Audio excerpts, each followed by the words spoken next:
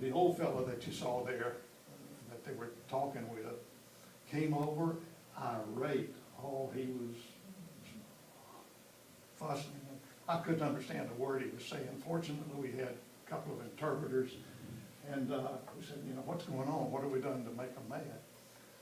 Well, he explained to us that in their tradition, throwing things to people is not the way you give things to them. If you're going to give somebody something, you hand it to them.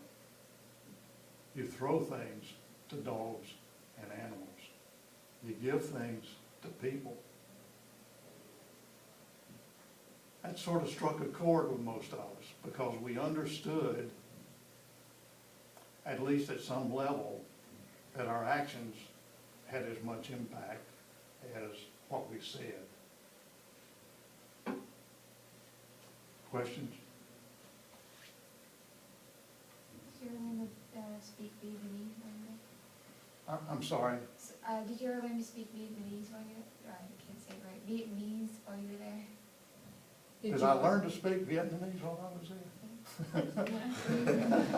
Well, let's see. Yeah, I did a little bit. Baby son, mama son, papa son. Didi Mao, you know what Didi Mao means? That's not the way the Vietnamese would say it.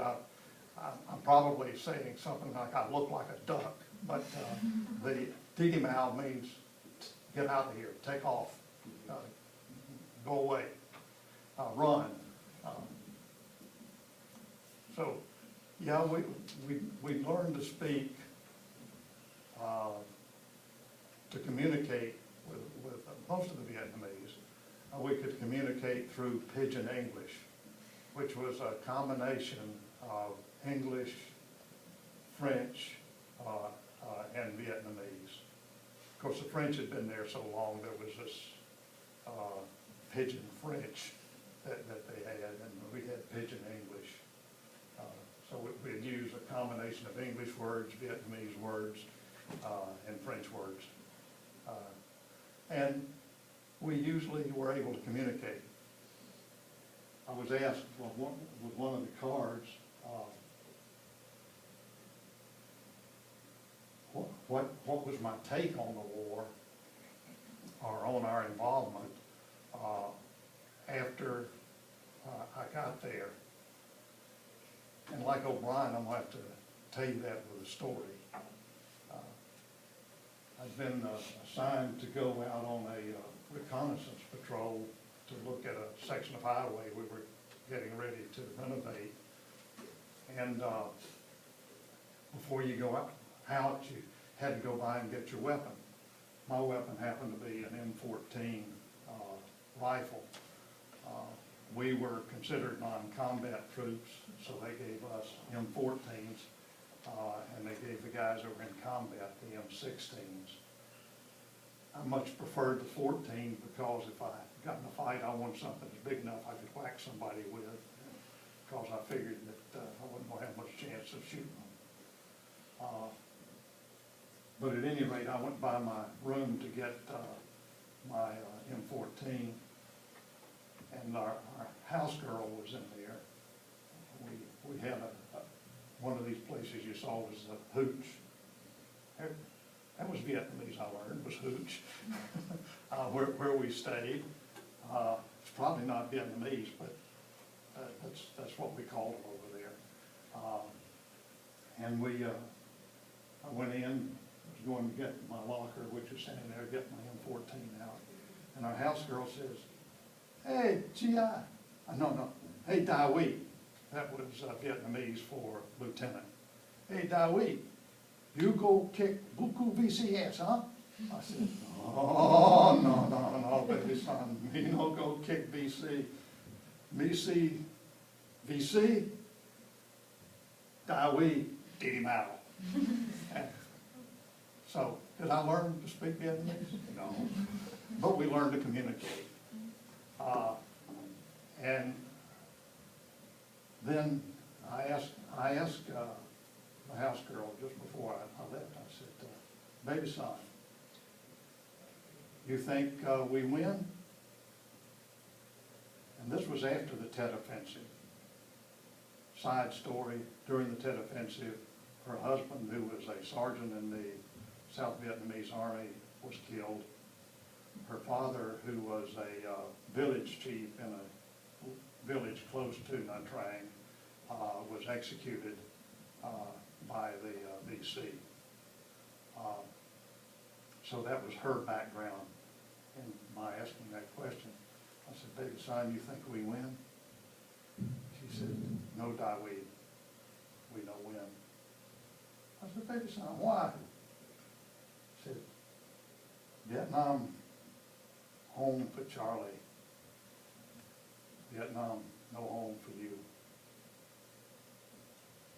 And you know, I think when everything's said and done, she had more insight into international relations than everybody we had in Washington had at that time. I've answered some of the questions. You've seen some of the slides. Start asking me questions and I'll try to tell you stories. Are you going back to Nam after everything? Have I been back? Mhm. No. Would I go back? In a heartbeat. I'd love to go back and see what it's like now. Take me. Especially now that you're not worried about getting shot at. One of the most beautiful countries, well, I haven't seen that many countries. One of the most beautiful places I have ever seen. Absolutely gorgeous tropical country. Beaches are pristine. The forests where we hadn't messed them up were just really forests. And we went in with our Agent Orange, we messed up a lot of forests, but before we did, they were beautiful. And you know, that's picturesque to me. The reason it's picturesque on the screen is you don't get the smell and you don't get the sound. But you can see how pretty it is if you take those two parts of the experience out of it. The water was very, very polluted, and there was always a polluted smell to the water. And it's because the population was so heavy right around the area we were. And the river was used for the sewer system.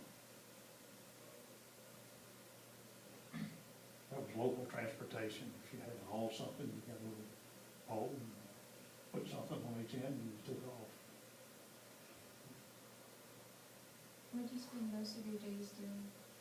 I'm sorry, I've got a background noise over here and I'm not hearing them. What do you spend most of your days doing? I was a battalion civil engineer. I worked with the 864th Engineer Construction Battalion. Our mission was twofold. One of them was to rebuild a section of Highway 1 in Vietnam from Nha Trang, from Cam Ranh Bay north toward Nha Trang. And Nha Trang was about 25 miles north of Cam Ranh. So we were stationed there, we were building toward where we were. At the same time, we had another part of the unit was building what was referred to as a cantonment area. It was really barracks, mess halls, NCO clubs, officers clubs, motor pools, repair shops, all kinds of facilities to accommodate 10,000 people. Keep in mind, this was started in 1966 was when the battalion went into country, and we were claiming that our involvement in Vietnam was just temporary, that we weren't going to be there very long. That's what we were claiming as a government. What we were doing was building up facilities to support a contingent of 10,000 men in that one part of Vietnam. Other facilities were being built in other parts equally as large. So what we were being told here and what we were actually doing there are two very different things. So if somebody's eager to go to war, they'll tell you about anything to keep you from knowing what's really happening.